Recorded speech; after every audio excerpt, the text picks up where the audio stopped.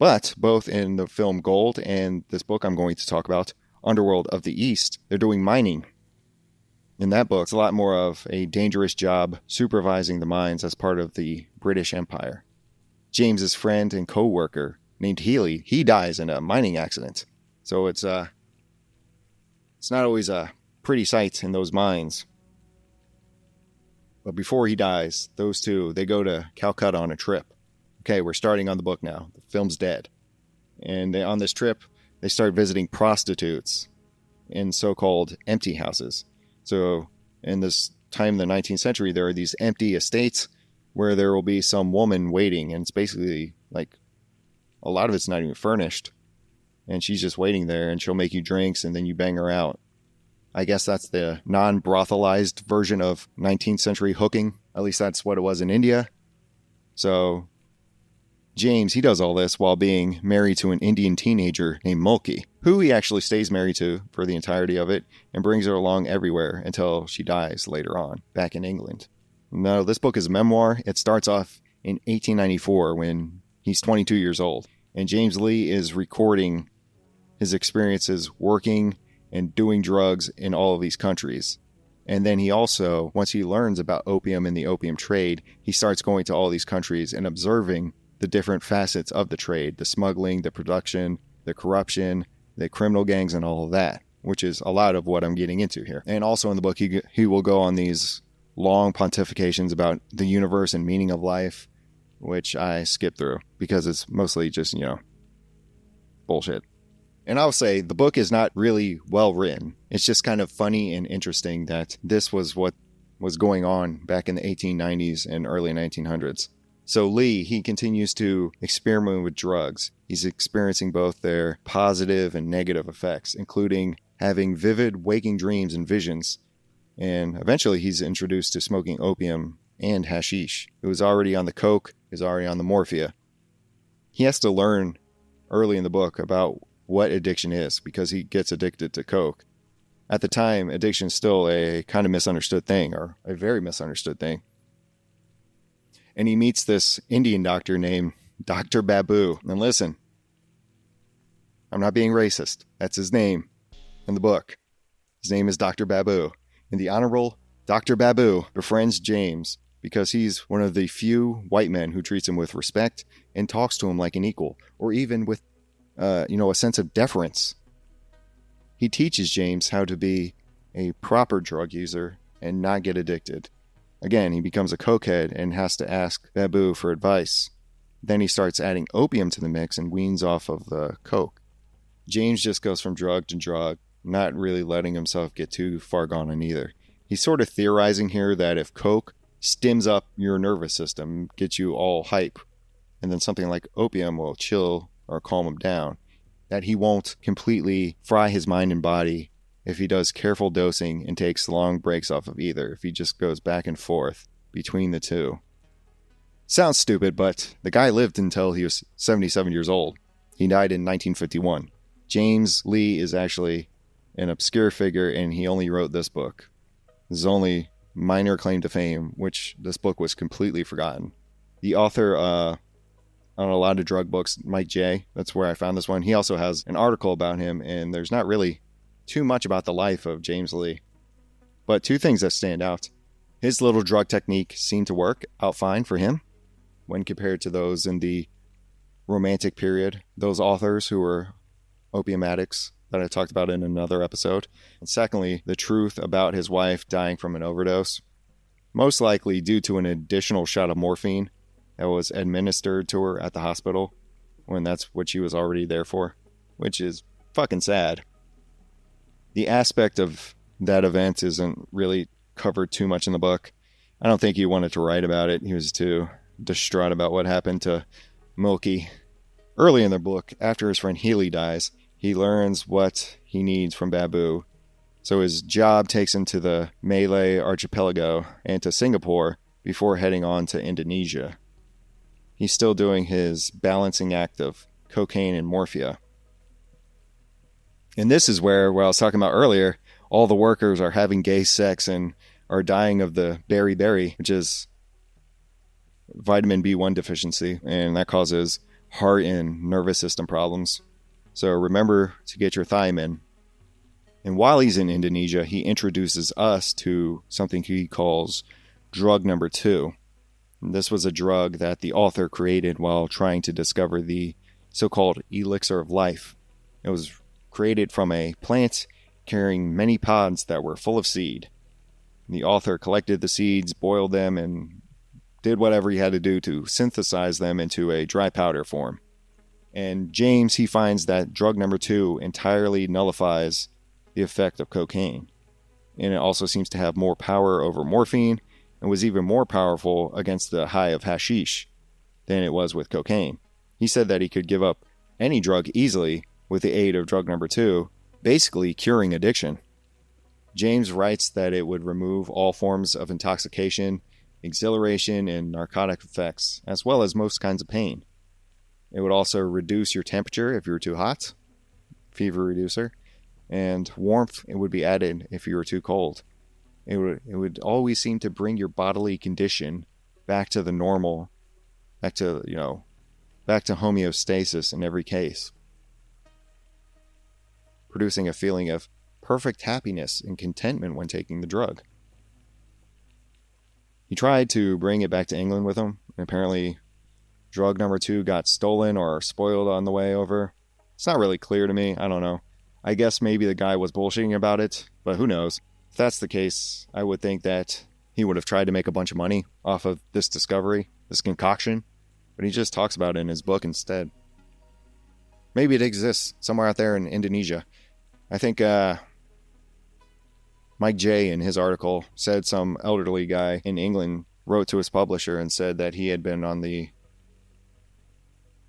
part of an expedition searching for drug number 2, what it was in actuality.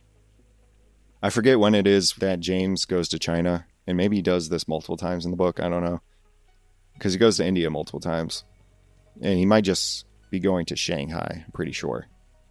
But he's got a real Shanghai night situation going on, Shanghai noon, whichever one has, I guess both of them have Owen Wilson. You can't have gay sex in China. Well, why are these guys having? They're addicted to opium. The British. It's just it's Shanghai Nights, except it's about the opium trade. And Jackie Chan is explaining how the British are exploiting China and forcing all the Chinese twinks to have gay sex. Wow. Oh wow, I like it. Oh, there's an orgy going on. You know, usually I'm into women, but it's very bad. You can't have gay sex here. Opium, this drug do bad thing. Jackie Chan just kicks. Jackie Chan breaks in on an orgy and just starts kicking people. He just starts kicking gay men. All right, I guess we're in a fight now. Anyway, this is where James, he encounters more organized crime in Shanghai. And again, the orgies are still happening in the gambling dens. I guess there's actually some women in these scenarios, but during his time in Shanghai, he encounters various underground criminal organizations, right? The most prominent of which is the Triads, I think are still around today, maybe, in some form, right? By this time, they're already a powerful organized crime syndicate. And James talks about the structure of these organizations. I made note of this, so here it is. 1, you have the Die Low, that's the big brother, the leader or the high-ranking member of the gang. Level below that, the Red Poles. And it's spelled Poles. Red Poles, because they're getting stroked off so much, their dick is red. These are enforcers. The gang's muscle. They're the guys who get beat off, and they're responsible for carrying out punishment. Oh yeah, the straw sandal, huh? You might think they're messengers, and they are. These are the intermediaries between different factions. And then there are the 49ers from San Francisco, huh? And the 49ers are ordinary members. They're low-ranking people who carry out the everyday criminal tasks. And the Triads make money doing opium smuggling, gambling rings, assassinations, and the usual mafia protection rackets. Upon arriving in Shanghai, James is introduced to a triad leader referred to as Master Wong. Master Wong controls several opium dens and gambling houses in the city, operating with basically the tacit, silent approval of corrupt British officials. James does go a lot into the hypocrisy of the British officials, who are in a large part paid off and cede a lot of control, both political and in terms of law enforcement, to the gangs in the areas that they're supposed to administrate, which I guess is the entirety of Shanghai at this time. Master Wong is a middle-aged man who's dressed in fancy silk robes. He's very polite and controlled in his speech and manners. He's basically laying out the game to James and how he's connected to police, government officials, and merchants. Master Wong, he warns Lee about fucking with the wrong people. He implies that foreigners who ask too many questions, well, sometimes they disappear, and that British officials will take bribes to look the other way.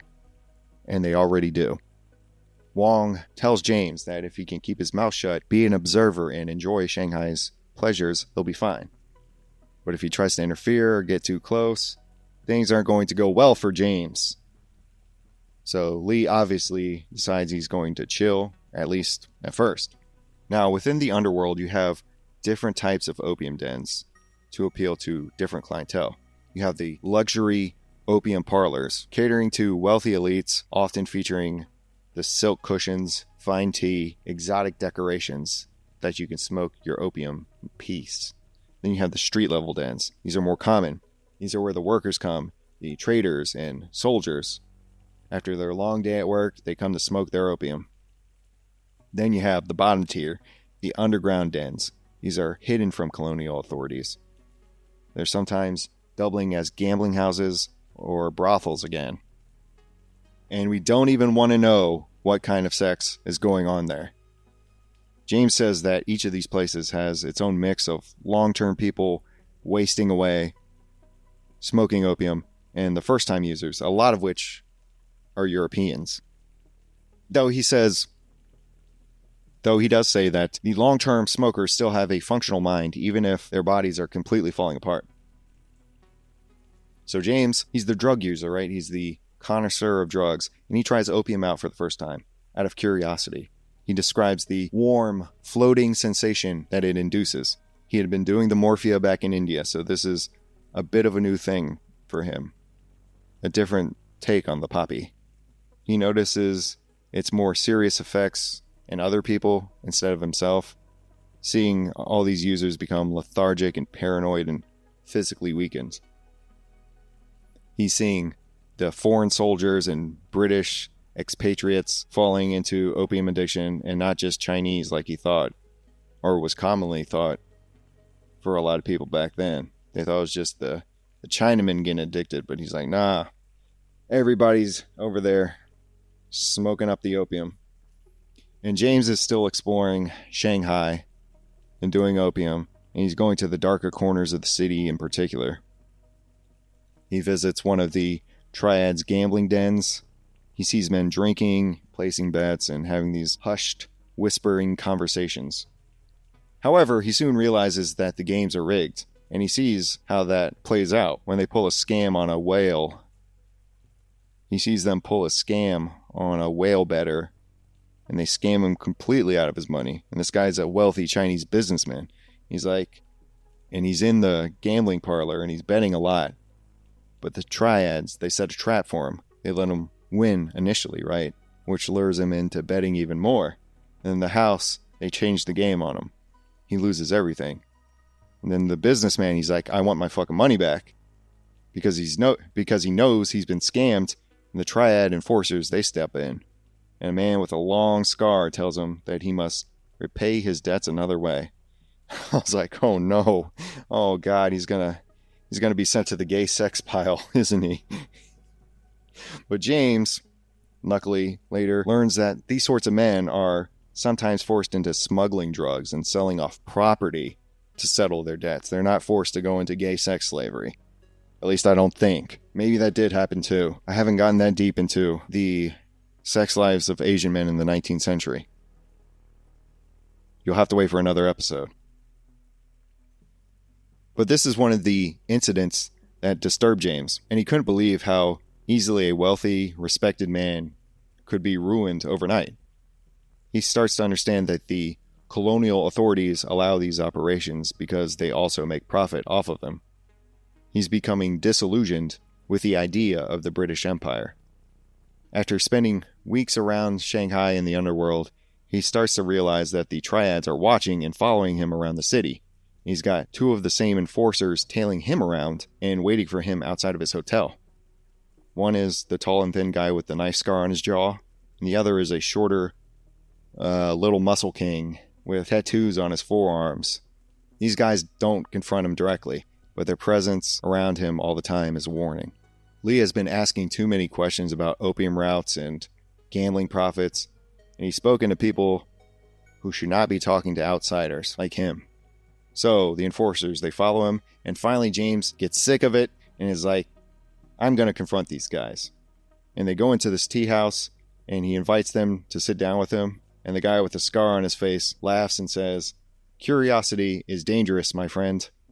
They make it clear that if he keeps digging into Triad business, he will not leave China safely. So Lee's still in Shanghai. He describes seeing a Triad enforced punishment on the streets. And this is a guy who's a shopkeeper. He refused to pay the protection money to the Triads. And this guy, the shopkeeper, he's like, I have British connections. You're not going to do anything. They're going to protect me. And boy, was he wrong. They drag this guy out of his shop, take a knife, slash his face, make him a warning in front of everybody in the streets. And anyone else who thinks they're not going to pay up, you're going to pay up. And this all takes place right down the street from the British colonial police station, right? James realizes that the British authorities allow this to happen because they rely on Triad connections to keep certain areas of Shanghai under control. And that this whole empire thing can be a dirty business.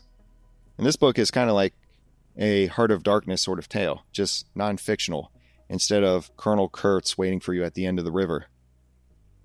It's a bunch of gay Chinese men and enforcers of the Triads. But this kind of behavior is a common theme in all of the places that he visits. Singapore is a lot like Shanghai, just more developed. Still with the Triads running things. While in Singapore, he meets a British guy who lost everything when he became an opium addict. He also sees a public caning of a man accused of selling opium outside of the control of the Triads. So anyone who steps out of bounds, they get dealt with. Again, this wasn't justice meted out by the British authorities. This was done by the Triads, and the British don't intervene. It's this balance between maintaining control of their colonial possessions and making money through the opium trade. James almost gets arrested for snooping around and asking too many questions, but the police, the British police, they recognize him as a British traveler, and they're like, bro, you gotta leave before you get into trouble here.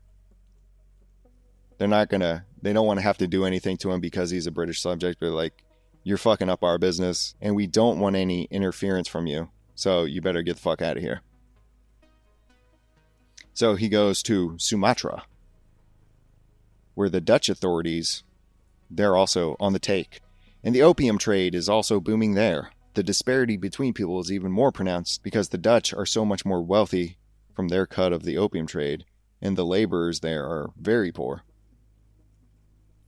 It doesn't have the same Triad organization. James befriends a dock worker in Sumatra and learns how the opium trade works there, how bribes are paid to customs officials, and how the opium arrives from British-controlled India and then is distributed throughout Southeast Asia.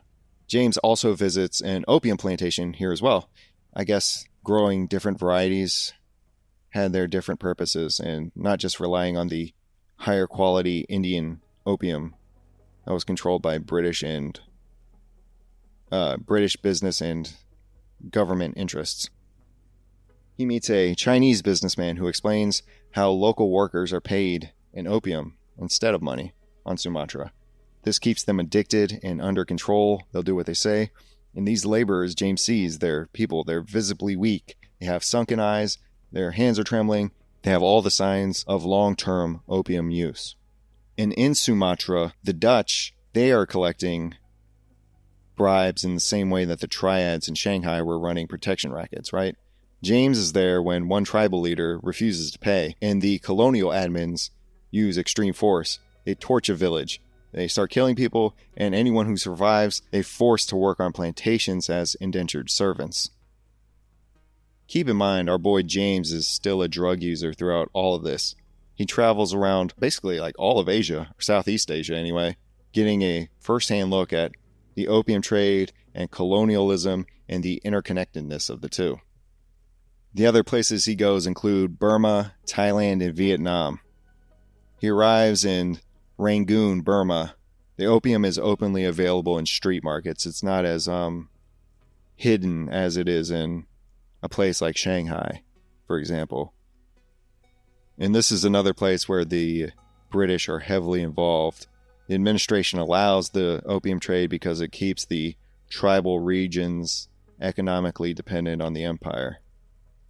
And the smugglers, they use riverboats, jungle trails to move opium to India, China, and Thailand. So again, this is kind of like the Vietnam War, because then James goes to the Golden Triangle, a major heroin exporting place used by the CIA in the 60s and 70s.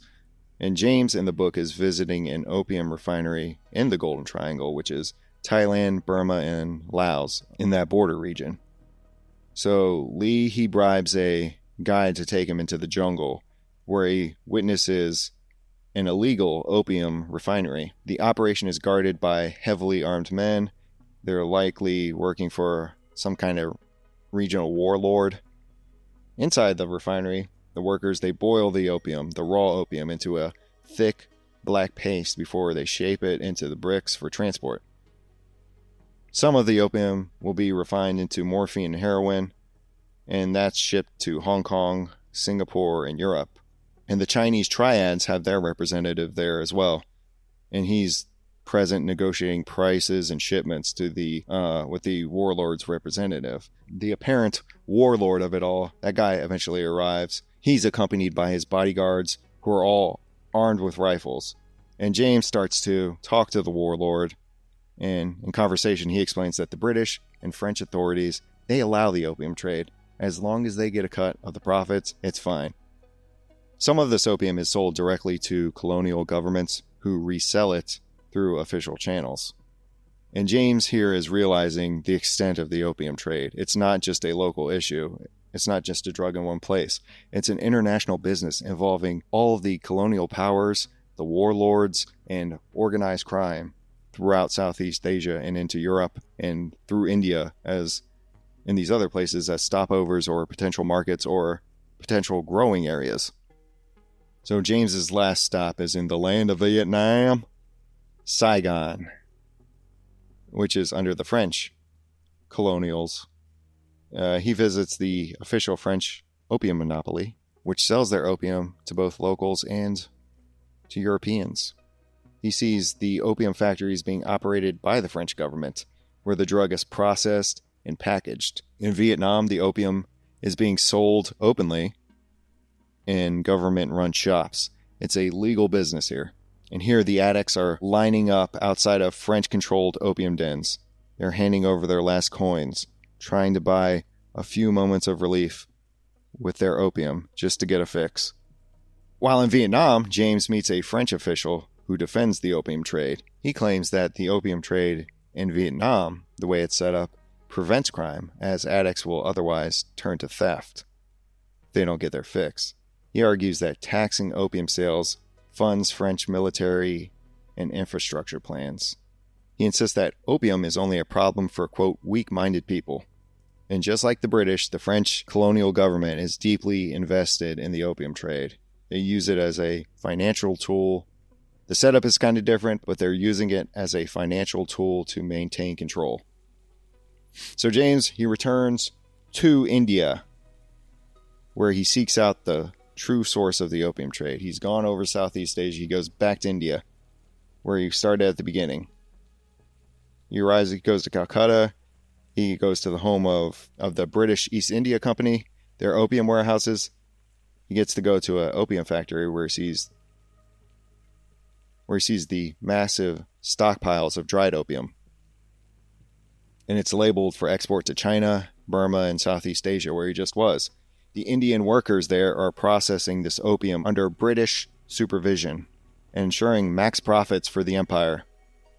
And when talking to a British officer, that guy tells James that, quote, "Opium built the empire, my friend." He also admits that the opium trade funds Britain's military expansion into Asia, and he believes that China and India would revolt if they banned opium, as it keeps their populations, quote, docile. So in British India, the opium trade is not a crime, it's not secret, it's basically government policy. And this is when it's all starting to dawn on James. He starts really coming to grips with the human cost of the opium industry. He goes to a poor village where the opium addiction, it's rampant, and he speaks with the locals. They receive part of their wages in opium. That keeps them addicted. They're unable to leave. Some have sold their daughters into servitude just so they can get their next hit. Farmers are forced to grow opium instead of food, which sometimes creates famine conditions there. It's not just a foreign trade product, it's completely devastating.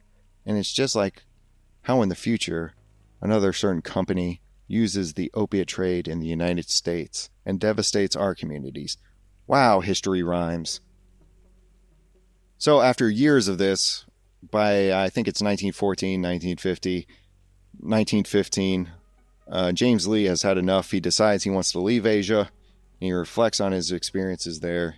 It's like the British Empire, the economy is built on complete vice and addiction. The Triads, the criminal syndicates, operate with approval from the government, or at least the colonial government. The opium was not just a drug. It was used as a weapon to control entire populations. And he concludes that the underworld is not separate from the colonial world. It is the colonial world. And that is the tale of James Lee in the Underworld of the East. A lot of them have preferred to use the floor, and unfortunately, without clearing up some of the mess over a long period. What has been the result of that in the flats? Well, its main unpleasantness has been the smell, which has come up the ventilating shafts with such ferocity on some afternoons that we haven't been able to go into the bathrooms. I mean, I must say that the aroma of Levantine remains will be with me to the day I drop.